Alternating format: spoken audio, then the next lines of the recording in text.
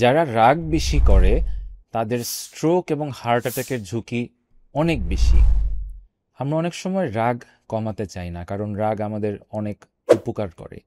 আমরা মনে করি রাগী মানুষের কথা মানুষ শুনে, রাগী মানুষকে মানুষ শ্রদ্ধা করে, রাগী শিক্ষকরা স্টুডেন্টদের কাছ থেকে এক ধরনের আর্টিফিশিয়াল সম্মান তারা পেয়ে থাকেন।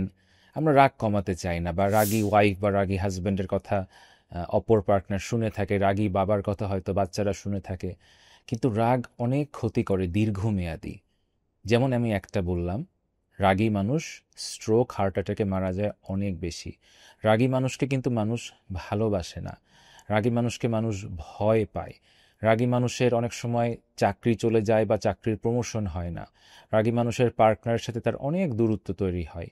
রাগী মানুষের সন্তানরা তাকে হয়তো ভয় পায় কিন্তু ভালোবাসা কখনো দেয় না।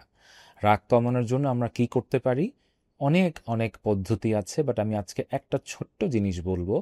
সেটা হলো নিজের ইগো কমানোর চেষ্টা করবেন। আমি আবার বলছি, রাগ কমানোর জন্য নিজের ইগো, প্রাইড, অহংকার কমানোর চেষ্টা করবেন। রাগী মানুষদের একটা বৈশিষ্ট্য হলো তারা যে কোনো ঘটনায় মনে করেন, তাদের চিন্তাটা থাকে যে আমার মন মতো কেন হলো না, আমার মন মতো কেন অমুক কথা শুনলো না, বা এই ঘটনাটা কেন হলো না, বা পৃথিবী কেন চলছে না। সো ইটস অল অ্যাবাউট আমি, আমি, আমি। আমিত্ব ত্যাগ করতে হবে। আমার আপনার মন মতো তো পৃথিবীতে অনেক কিছু হয় না। আমার আপনার ইচ্ছায় তো আহ, ফিলিস্তিনে বোমা পড়ছে না। আমার আপনার ইচ্ছায় তো ইরানে বোমা পড়ছে না। আমার আপনার ইচ্ছায় তো ইউক্রেনের মানুষ কষ্ট পাচ্ছে না। আমার আপনার ইচ্ছায় তো পৃথিবীর হাজার হাজার লাখ লাখ মানুষ না খেয়ে মারা যাচ্ছে না। পৃথিবীতে অনেক রকম ঘটনা আমাদের সম্মুখীন হতে হয় যেটা আমার আপনার ভালো লাগে না। আমি আপনি হয়তো ডিজার্ভ করি না। আমরা হয়তো একটা ছেলে বা মেয়েকে ভালোবাসি, সে হয়তো আমাদের ছেড়ে বিনা কারণে চলে যায়। এটার কোনো উত্তর নেই সবসময় যে কেন যায়।